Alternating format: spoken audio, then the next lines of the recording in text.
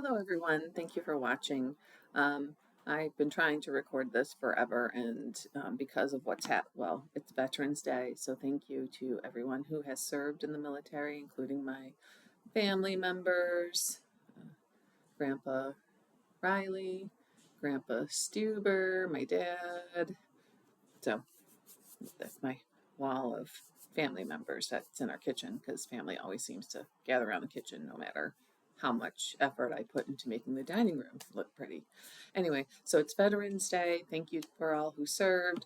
And we got some nice lake effect snow. I don't know if you can see it, but yeah, my dog's loving it. So she just came in. My husband's snow blowing, so I finally have time to review a book because I did not dare to do this one in my classroom. And again, just putting it out there that I'm a registered independent. Um, in fact, it says no party the last time I voted. So independent isn't even a thing in my state, apparently. So, but I did read and want to review 170 Days by Kamala Harris. And look, I bought it at the Strand. Okay, and I love this picture. This picture encapsulates that representation matters. So what this is it really is a no holds barred reflection on the 107 days she had to put together a presidential campaign. She includes, pictures, and she's very, very honest. Um, uh, I do I do agree with her observations. Some of her observations were new. I look at Josh Shapiro, the governor of Pennsylvania, a little bit differently because of this. I do wonder if she did choose Mark Kelly from Arizona, if things would have changed. Not that I don't like Tim Walz, but Tim Walz was too uh, folksy for this campaign. Obviously, when we're dealing with beta males uh, who weren't going to vote for her, you can't have someone who's secure in his masculinity and happy to be a dad as your running mate.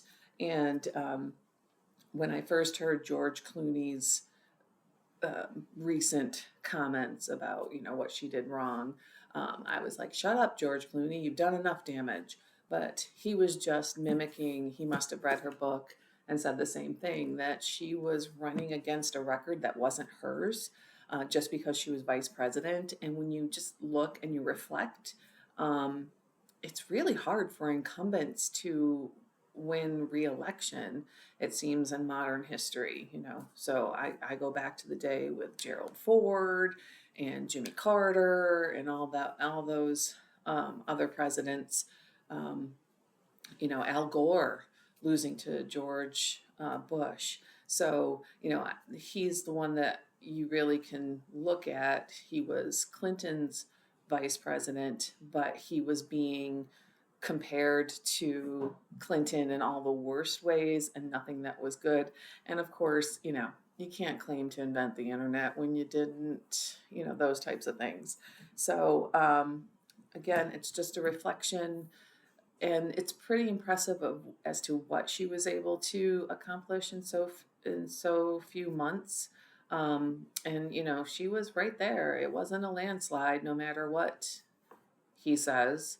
Um, but again, it's just an interesting look at what it takes to run a presidential election, and the fact that she did it with very little support from the Biden administration. And I have to say that I do look at Dr. Jill Biden with some sadness. And my husband and I had this discussion because my husband said, well, I would hope that you would protect me from others. Obviously, that last debate, the only debate he had in June, was not good. But I said, well, I would like to think that I would help you come to terms with maybe you're not up for the job anymore. Biden, you were a great public servant. You served as president. You will always be remembered as a president, a former president. but the people around you failed you. They should have known. And I know you were dealing with neuropathy, you had COVID, you overcame a stutter, but you just weren't the best candidate for the Democratic Party at that time. So, it's just fascinating. And she, there's some days,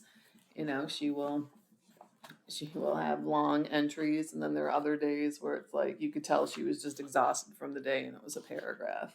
But it's just interesting to see what a modern um, presidential campaign takes, especially when you're the nominee. So I can't imagine when you're trying to get the nomination how exhausted you must be. Okay, so again, this is 107 days. Wonder if she would have won if she had 170 days, by Kamala Harris. Like, share, or subscribe.